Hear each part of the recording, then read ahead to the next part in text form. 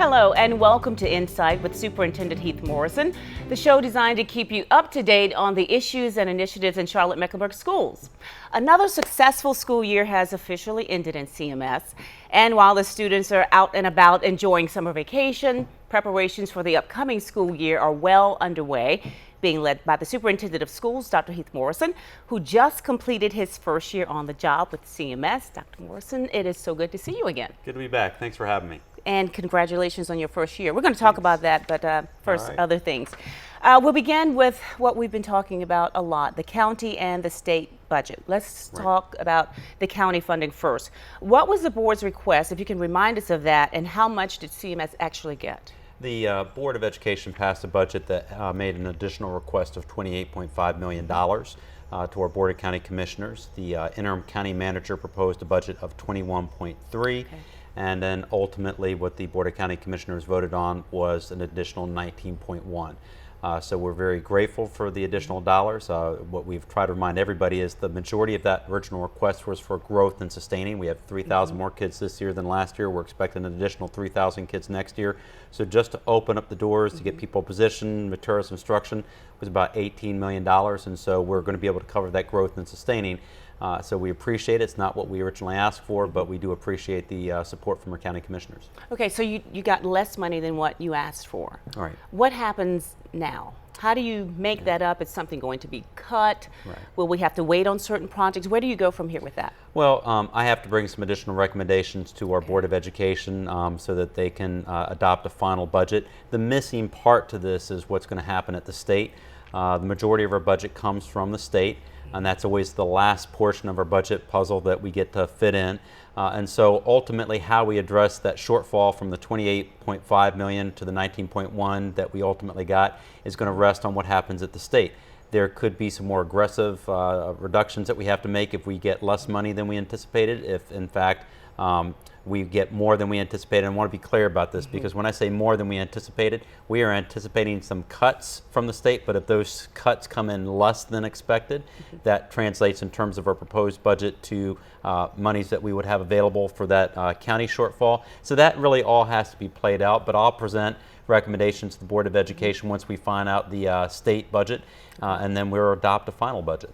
Now, there are a lot of numbers, of course, that have to shake out. I'm going to go back to the county, and then we'll come back forward, Absolutely. I guess, to the state. But when you talk about cuts, people begin to think about jobs being lost. Is that a consideration? Is that on the table? Yeah.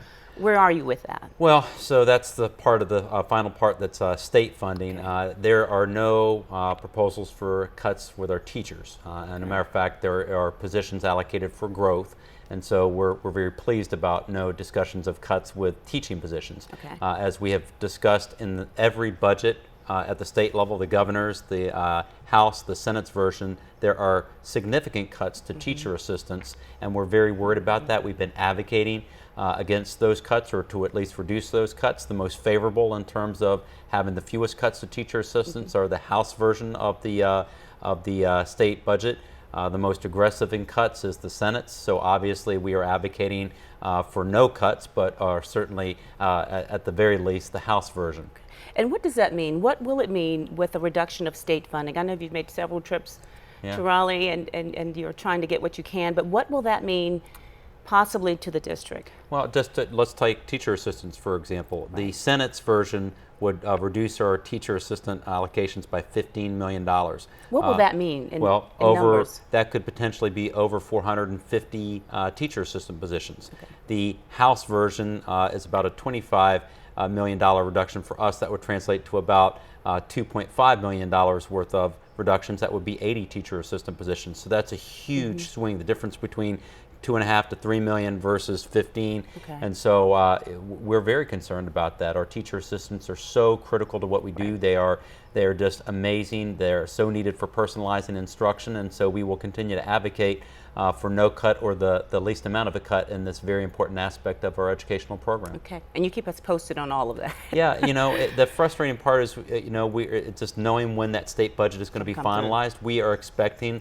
that will happen sometime towards the middle part of July. Okay. But that doesn't help our teacher assistants who are worried, Yeah. who are concerned, and not only our teacher assistants, our teachers, our principals, our parents, they're all concerned about this, and they've indicated that. So as soon as we get some solid information, we will get some plans out there. We surveyed our teacher assistants. We talked about if there were cuts, how should we handle that. Okay. We do feel confident that even in the most extreme cuts, that because of attrition, that we will be able to reduce the number of people that potentially could lose their jobs, but it's very concerning. Okay.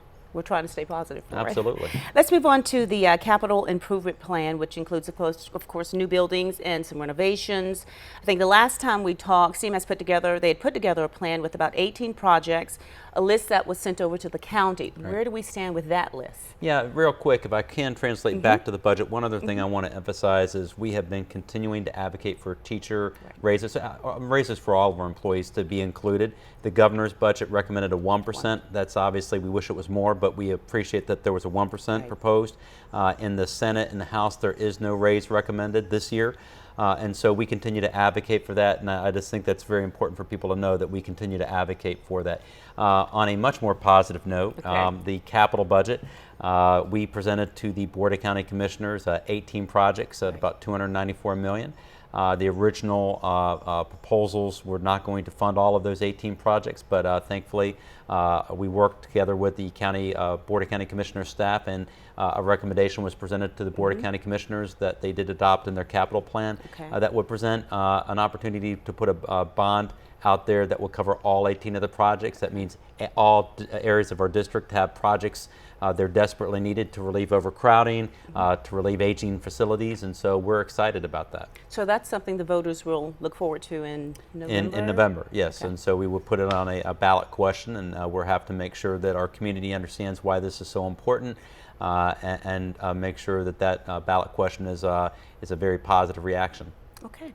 Let's talk security. Some good news, I think, involved with that.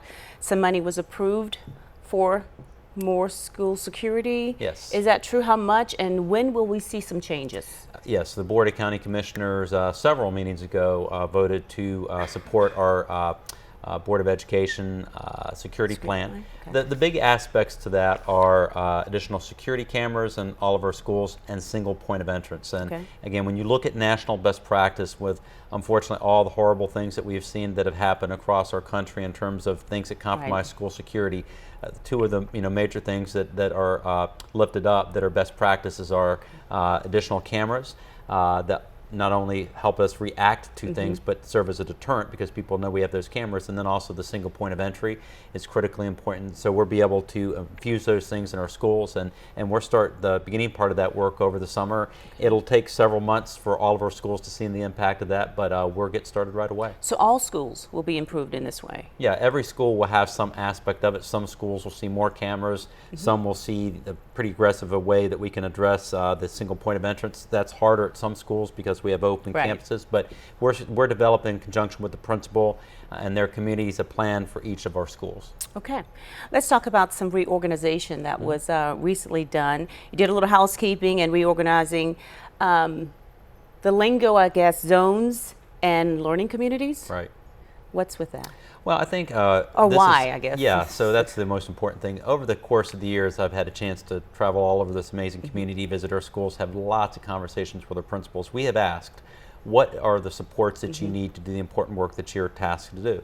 Principals, teachers, and so what's important to me is that our central office not be a central office, but central services. And we give that service to our schools. And when we've asked our principals, what does support as well as supervision look like? And we spent a lot of time listening and learning from them.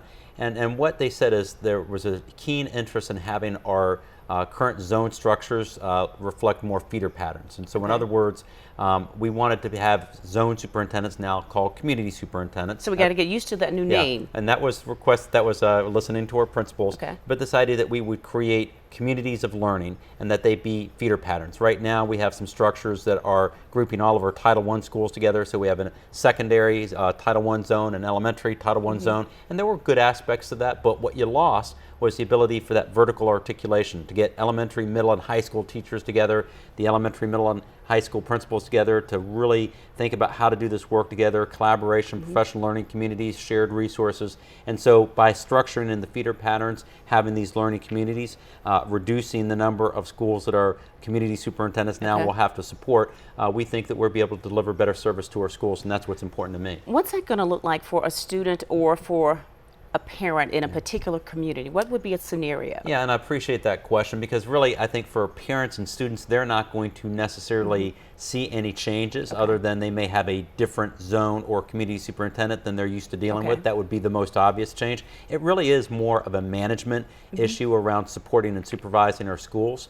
Not so much, there are no boundary changes to this. This isn't a, hey, well, you know, this elementary school has been feeding to this middle school, now we want it to, it's not that at all. It is purely how we support and supervise our schools. Okay, so it should make learning, I guess, or the students a little bit stronger. They'll stay with a certain pattern for kindergarten school feeds into this. And actually, see, that's it's not that. It is really because, you know, we're going to have still what we have now because of the way, you know, you have a lot of different elementary schools that feed into middle schools, that feed into high schools. We're not changing any boundaries. We're not rezoning anybody. That's not what this is. It is a reorganization around how we manage and support our schools.